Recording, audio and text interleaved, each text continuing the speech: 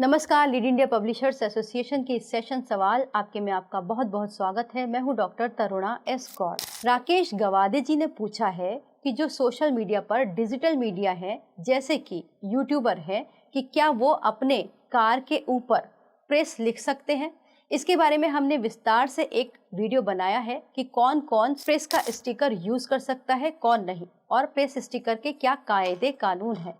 लेकिन इसी सवाल से मेरे मन में एक विचार आया। वो विचार ये था कि सबसे पहले एक बेसिक फर्क समझना और समझाना जरूरी है कि डिजिटल मीडिया और यूट्यूबर के अंदर क्या अंतर है। क्योंकि जब कई बार आप जाते हैं फील्ड के अंदर कवरेज करने के लिए, तो जो पुलिस है या फिर डीआईओ है वो आपको ये कहकर अपमानित करते हैं कि आप यूट्यूबर हैं और यहाँ यूट्यूबर की कोई जगह नहीं, यूट्यूबर हैं तो आप बाहर जाइए, आप न्यूज कवरेज नहीं कर सकते। लेकिन यहाँ एक बात बहुत स्पष्ट है कि इस वक्त डिजिटल मीडिया और यूट्यूबर, इन दोनों के बीच एक बहुत बड़ा डिफरेंस है।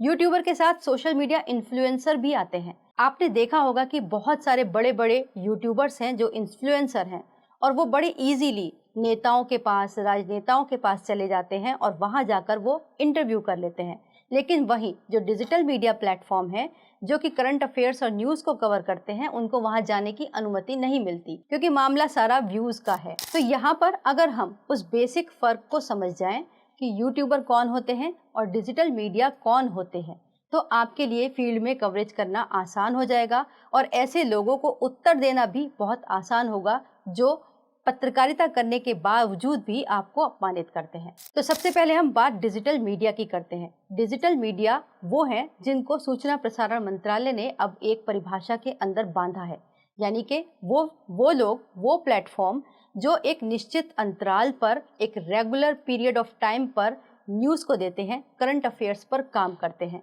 तो उनको, इस तरीके के लोगों को और प्लेटफॉर्म्स को डिजिटल मीडिया कहा है, यानी कि वो सूचनाओं को देने का काम कर सकते हैं। यहाँ एक बात ध्यान देने की वो है कि यहाँ पर रजिस्ट्रेशन नहीं देते, लेकिन आपको एक रेगुलेशन के तहत रखा गया है।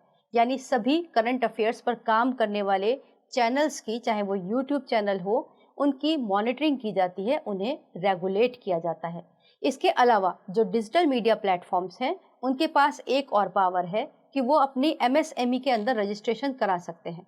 एमएसएमई के अंदर क्लास 63 उनको ये पावर देता है कि वो सोशल मीडिया के माध्यम से न्यूज़ इंफॉर्मेशन प्रोवाइड कर सकते हैं।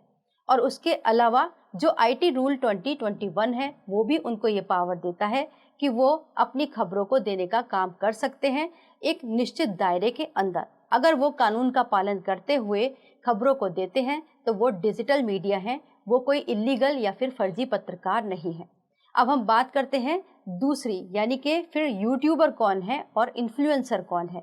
यूट्यूबर वो व्यक्ति हैं जो किसी भी कंटेंट के ऊपर काम कर रहे हैं। उनका नीश कुछ भी हो सकता है, चाहे वो फूड ब्लॉगिंग कर रहे हों, ट्रैवलिंग कर रहे हों या फिर कोई भी तरीके का कंटेंट बनाते हो। अब यूट्यूबर वो कोई भी हो सकते हैं। इन्फ्लुएंसर वो तब बन जाते हैं जब उनके पास बहुत सारे व्यूज़ हो जाते हैं।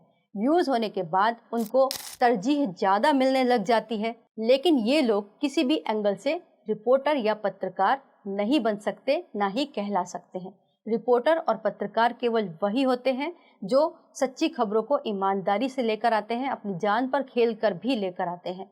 और रजिस्टर्ड मीडिया के एडिटर के द्वारा अपॉइंट होते हैं, वही पत्रकार होते हैं। और अब के समय में डिजिटल पर काम करने वाले जो एमएसएमई के अंदर रजिस्टर्ड होते हैं और जो एमआईबी को सूचित करने के बाद काम कर रहे हैं, वो डिजिटल मीडिया कहलाते हैं। यानी कि उन्हें पूरी तरीके से मीडिया की मान्यता या रजिस्ट्रेशन भले ही ना दिया हो, लेकिन उन्हें अभी आधी आज़ादी मिली हुई है, वो खबरों को देने का काम कर सकते हैं। तो अगर अब आप फील्ड के अंदर जाएं और आपको कोई यूट्यूबर कहे तो आप उसका एकदम विरोध करिए और बताइए कि हम केवल यूट्यूबर नहीं हैं, हम डिजिटल मीडिया पर काम करते हैं और हम जर्नलिस्ट ही हैं। रही बात प्रेस आई कार्ड की, क्योंकि वो आपके पास नहीं होगा, ये रजिस्टर्ड मीडिया के द्वारा ही दिया जाता है, तो आप इस प्रेस आई कार्ड को पाने के लिए किसी जाल में मत फंसिएगा, क्योंकि बहुत सारे लोग हैं जो इस वक्त इस नाम पर ठगी भी करते हैं और डिजिटल मीडिया प्लेटफॉर्म्स के लोगों को रजिस्ट्रेशन के नाम पर कई सारी फीस को ठग लेते हैं। तो आपको अगर प्रेस आई कार्ड इशू करने के बारे में जानकारी चाहिए तो मैं आपको अनुरोध करूंगी कि आप हमारे पुराने वीडियोस को देखिए, उनमें हमने बहुत विस्तार से बताया है। साथ ही शॉर्ट में मैं आपको यहाँ पर बता देती हूँ कि प्रेस आई कार्ड के लिए आप अपना अखबार भी रजिस्टर्ड करवा सकते हैं। इसकी प्रोसेस PRGI के द्वारा की जाती है। उस पर भी हमने एक वीडियो विस्तार से बनाया है। साथ ही अगर आप अभी अखबार चलाने की स्थिति में ना हो, आपके पास बजट कम हो, तो आप हमारे साथ मीडिया टाई अप कर सकते हैं। मीडिया टाई अप के बाद आपको जो हमारे राइट टू कवरेज है उसको हम आपके साथ शेयर करेंगे और आप अपनी ओनरशिप में अपनी टीम को प्रेस आई कार्ड इशू कर पाएंगे। तो आपने डिजिटल मीडिया वर्सेस यूट्यूबर के इस फर्क को समझ लिया होगा। अब जब भी फील्ड में जाएं तो पूरे कॉन्फिडेंस के साथ जाइएगा। उम्मीद करते हैं आपके लिए ये वीडियो उपयोगी होगा। अगर आपको ये वीडियो अच्छा लगा हो तो इसे लाइक कीजिएगा, शेयर कीजिएगा और सब्सक्राइब भी कीजिएगा। वीडियो देखने के लिए बहुत बहुत धन्यवाद।